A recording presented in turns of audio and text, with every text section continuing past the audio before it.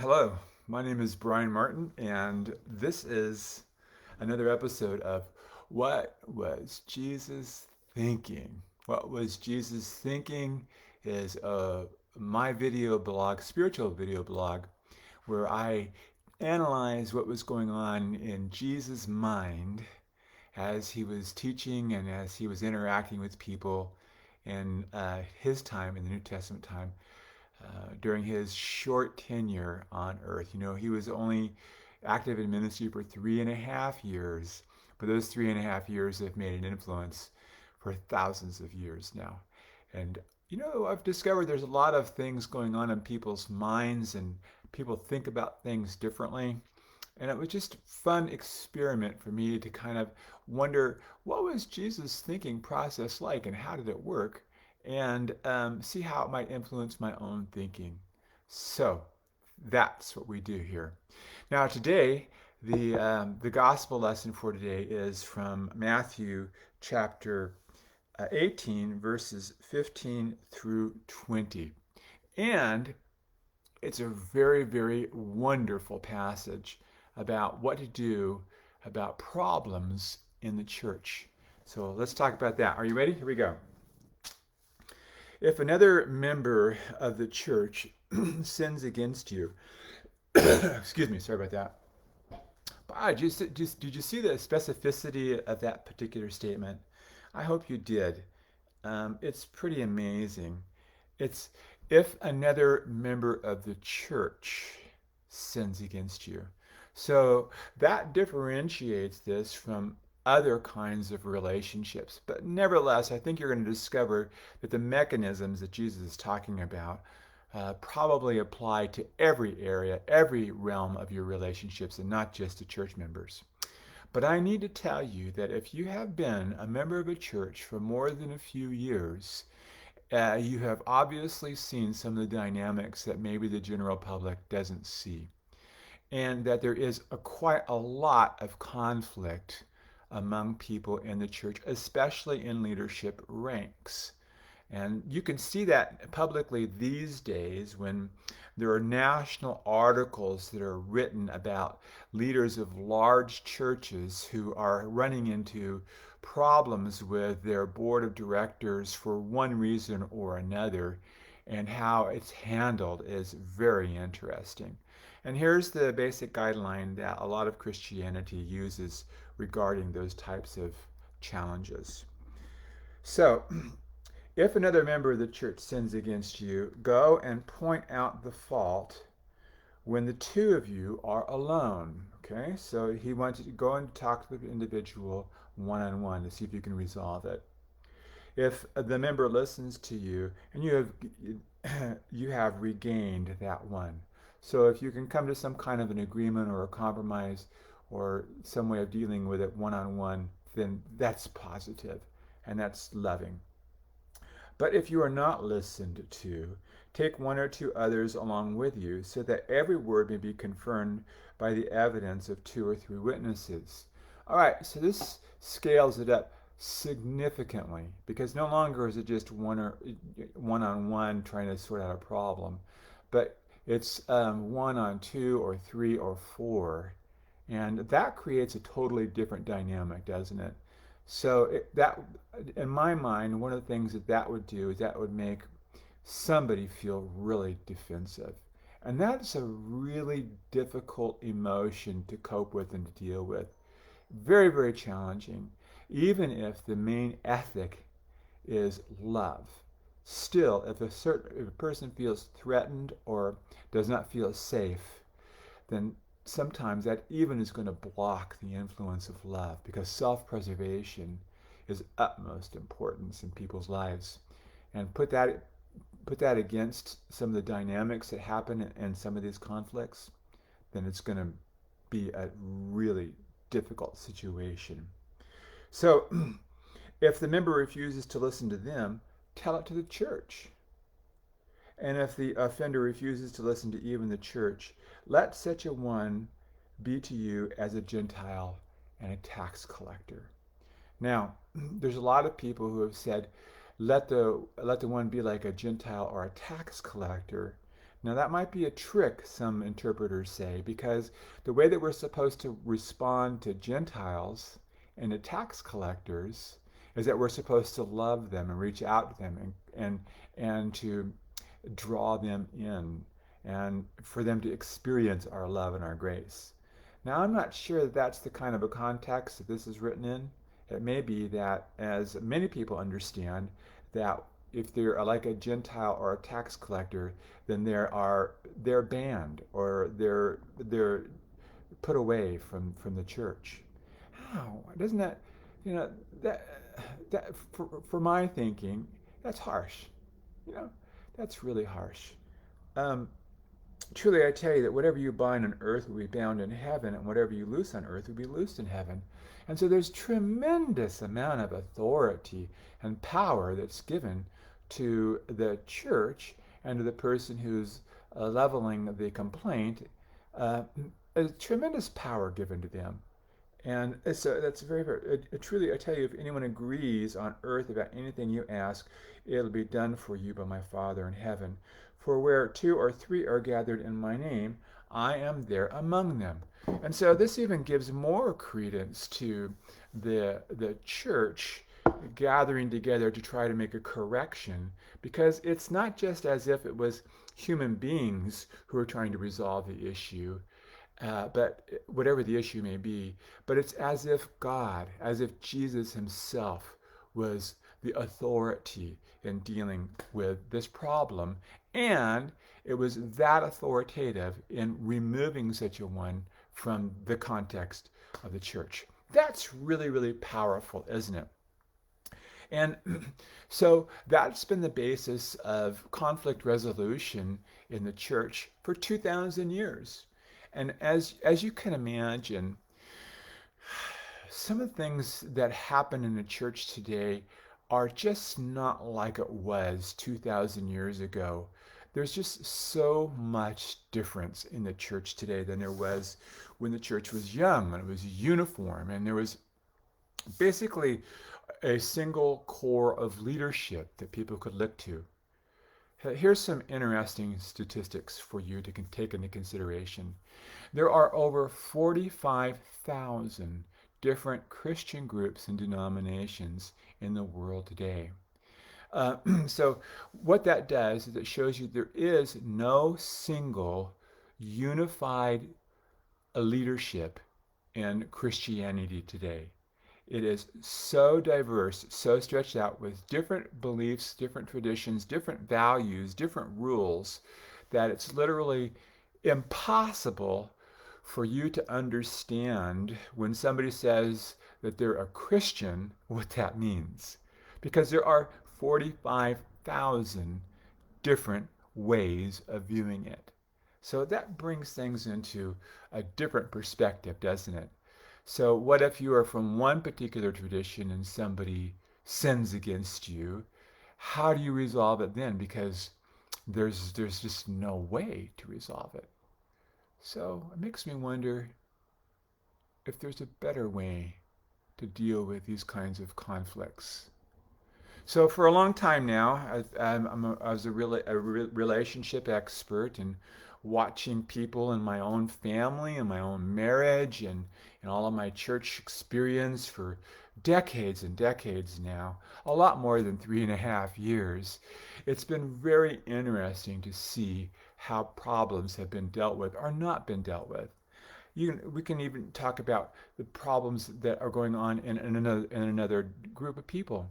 For instance, in the Roman Catholic Church, there's been a huge problem with predator priests. Now, I remember when this first happened, first became news many, many years ago. I was involved with a group of clergy leaders in our area, and we interacted with the Roman Catholics, and there was a priest who sat down with me and he said, you know, the number and the incidence of this type of activity going on is so small that it has turned out that it's not that small, and it's a big problem. And the Roman Catholic Church has paid a large price in because of their ability or inability to deal with this particular problem. And it's not just the Roman Catholic Church, but it's spilled over to Protestant denominations also, even among Baptists and others where there's been accusations along these lines. And so, who is the best authority for dealing? What is the best method for dealing with these types of conflicts? And I tell you, it's a really hard thing to do, but I think it comes down to the individual person and how they view the world and how they view people and what they're going to do about the conflicts that they have in their lives. Now, my question for you is, do you have a system or do you have a way of dealing with conflicts when they come up with close family members, friends, or members of the church? And I'm going to say that most people are going to default to Matthew chapter 18. And I'm going to say I'm not sure that Matthew chapter 18 is the best way to solve problems today. I think it's going to come down a lot to an individual, one person or another, who has the ability to deal with these types of issues as they come up in their lives. So I'm going to begin by sharing with you some things that I believe, and I'm not asking you to embrace my belief system, but I think I'm using it as a platform for you to think about your own as I articulate what mine is. Number one, I believe that all people are loving, kind people. Now, I know that all people are not, and there's probably good reasons for that, but I think that we're born loving, kind people. And the reason I think that is because most parents who have children somehow or another love those children long enough for them to survive and thrive and to get launched into the world. Now, I know that there's a lot of family problems, but I'm saying that basically, that people are born into loving, kind homes. And I recognize, again, that there were some that were not, and you may be one of them, but I'm just saying that by and large, that is the way that it is and a way that it should be also. So I believe that love is already in people's hearts, but things happen in life. And things happen, and what these things do is that they influence us. And one of the things that happens is that we're born into a culture. Now, a culture is different than the love that you were born with. A culture is a man-made invention. It's a way that people got together and they said, this is the right way for us to be at this particular time in our society, in our history of time. So it's something that is invented by people, and it helps shape and form the way that we think about people. So there are two dynamic forces then that shape the way that our view about people. One is love, and love is not invented. Love is in our hearts, and we see it manifested in most families. And it's there. That's where it comes from. And culture is imposed upon us. You were born into it, and it's there, and you embrace the tenets of the culture. And so there is a dynamic tension between the culture and the way the culture demands things and the way that love demands things. And what I'm hoping for in our world is that people will return to their default way of being, that is, the loving way of being, and not be so impressed or influenced by the particular culture. Now, culture has good points and it's got bad points. No denying it. And there are loving people inside of culture. No denying that also. But culture is different than love. They are two different kinds of animals. So, number one, I believe that people are basically loving and that we have the ability to be loving and that we need to be loving. Number two, things happen in the world. And the things that have happened sometimes threaten us. And when they threaten us, then we want to protect ourselves. And so every human being has an innate desire to protect themselves and to be safe. And safety is one of the most important features of being alive. Because if you're not safe, well, you're dead. Because there are just so many things around you, especially our ancient ancestors. If they didn't try to protect themselves from all kinds of troubles and sources, natural predators, different tribes, and things like that, then they were going to be killed and die. But fortunately, your ancestors and my ancestors were the ones who were able to remain safe long enough to pass their DNA and their love down through the generations. But the threat and the need to be safe is of primary importance. And by the way, it's a loving thing to do for the self. For the self. Now, there is a point where this needing to protect yourself becomes selfish, and where the important thing in the world is just mostly taking care of, regardless of what else is going on in the world, is just taking care of self. And so that's a problem. And when that happens, then we forget the loving, the interaction that's going on. We can't love because we're so busy protecting ourselves that we can't love the way that we're supposed to. And so it takes an effort. And this is the third point that I'm going to share with you. The third point is that you have an incredibly powerful built-in tool called a neurocortex. It's a thin area of the brain right around here, which is the managing executive system, which helps you to control your thoughts, your feelings, your emotions, and your life. And here's the point that I'm going to. You can control your thoughts. Now, what happens is that this part of the brain is different from the part of the brain in your brain stem where it's a fight or a flee process, where it's concerned about safety. And so there can be a conflict between what's going on here and what's going on here in your brain. And when that happens, that makes you feel uncomfortable. Because on the inside, you feel anxious, and you want to be vindictive or negative. But up here, you want to be, well, I want to control my thoughts. I want to be the loving, kind person that I want to be. So the third point is simply this. You do have a neocortex that can help you to control the way that you respond to people. Now here's how I'm going to do this. I'm going to take these 3 points, the need, the fact that we are indeed loving, kind people. Number 2, that we do need to protect ourselves, and we do engage in that, and sometimes to an excess. And number 3, that we have a neocortex, a way for us to control that thinking process. Excuse me.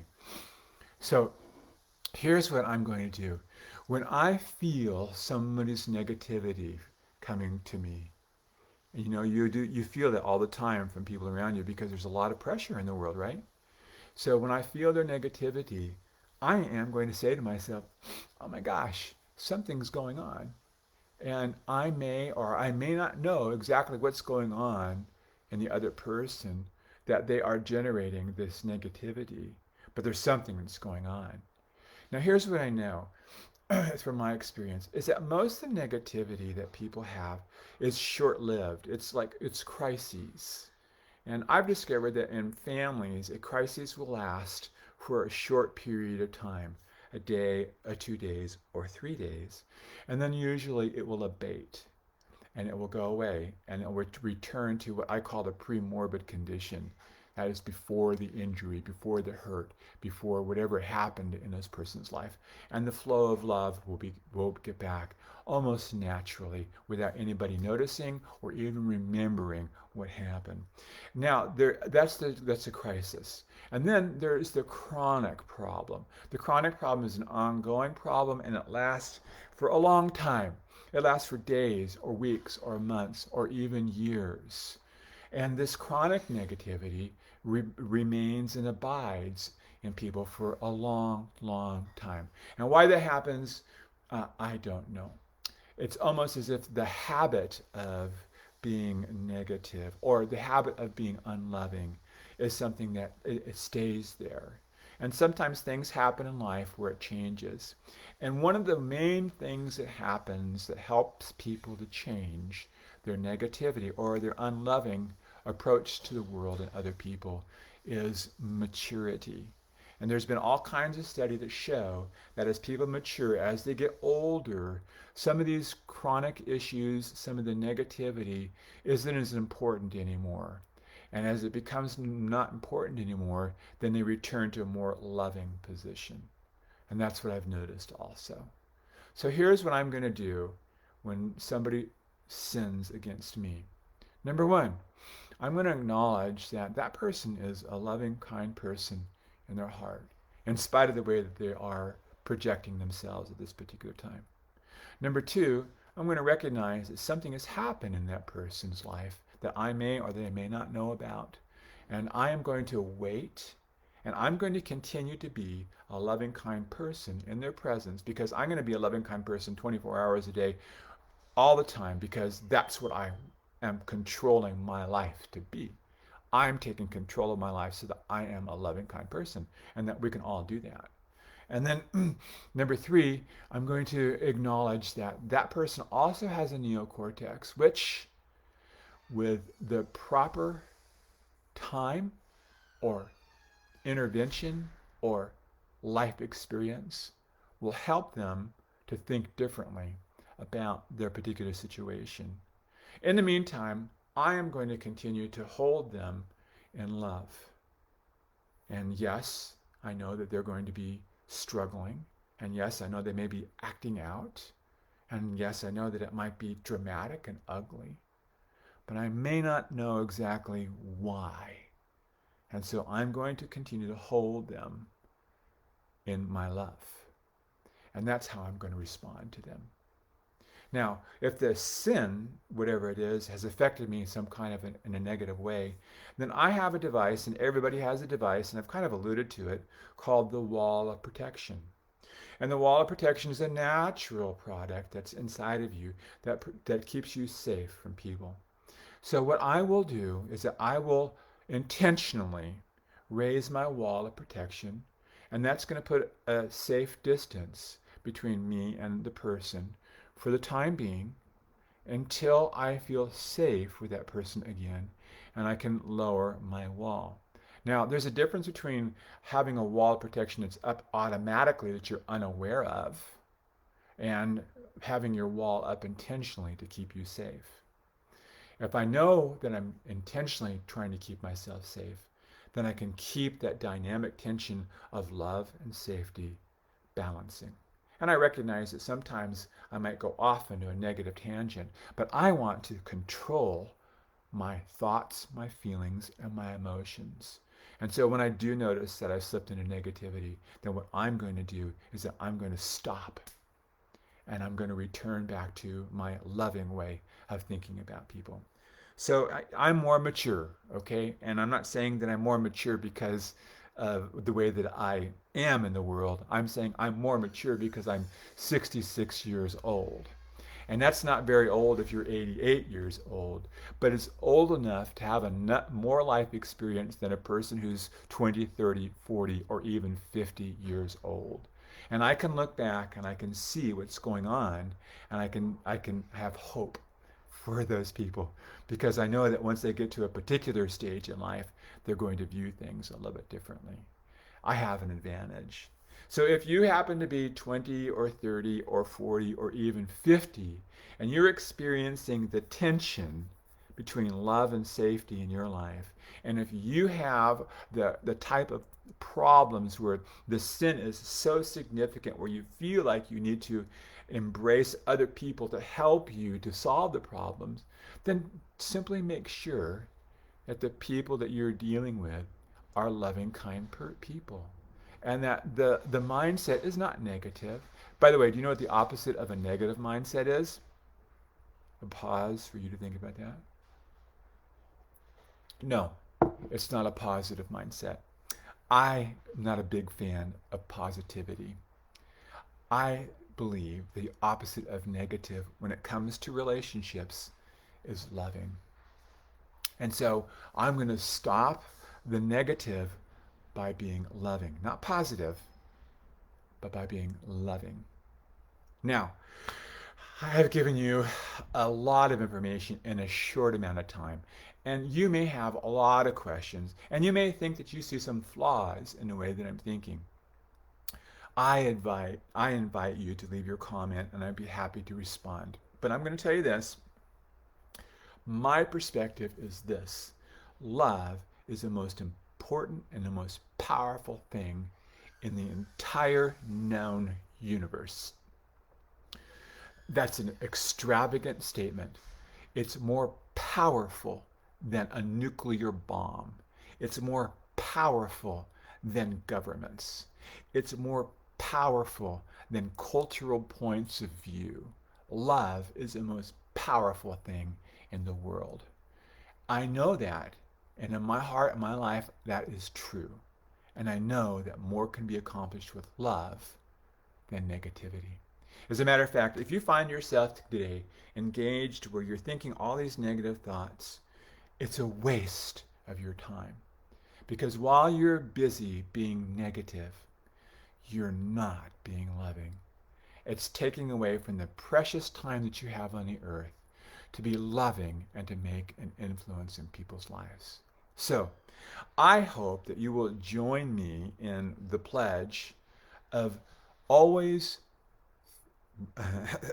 thinking loving thoughts 100% of the time, eliminating 100% of the negativity. I hope that you will join me in my pledge to eliminate 100% of the negativity in your thinking process and to replace it with 100% loving process 100% of the time. That's a big challenge.